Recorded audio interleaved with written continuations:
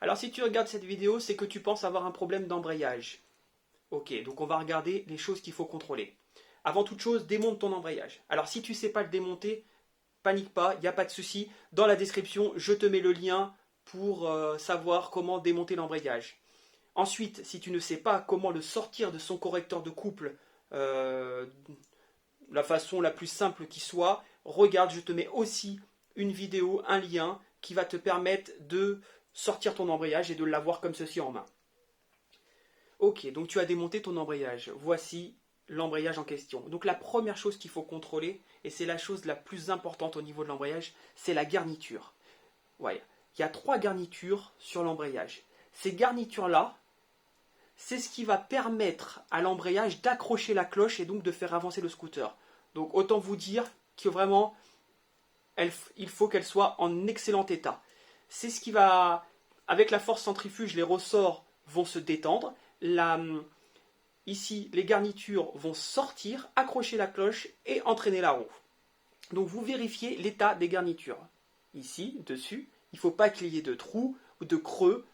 Et il faut surtout que lorsque vous regardez votre embrayage à l'avant, il faut que vous ayez beaucoup de garnitures. Si vous en avez très peu, c'est que votre embrayage est HS, il faut le changer. Vous voyez, ici par exemple, là l'embrayage est plus que correct.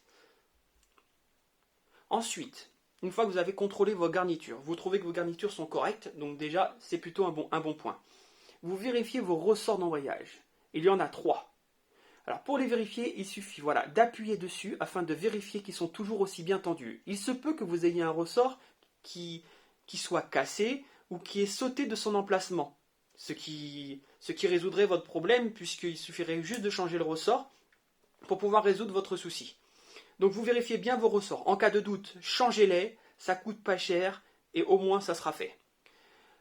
À vérifier aussi ici les attaches du ressort. Vous voyez ici le ressort est attaché à l'embrayage et il arrive de temps en temps que les attaches soient bouffées par le ressort et donc qu'elles ne tiennent plus tout à fait le ressort. Donc à voir, si ça vous arrive, malheureusement il faudra changer l'embrayage. Donc ça c'est vraiment les points clés à vérifier sur l'embrayage si vous avez un doute sur son bon fonctionnement. Ensuite vous avez le ressort de poussée. Donc le ressort de poussée, c'est pas très cher aussi. Si vous vous amusez à démonter toute la transmission, autant le changer. Au moins, vous n'avez pas démonté pour rien. Changez-le par un ressort identique à celui que vous avez dans le scooter.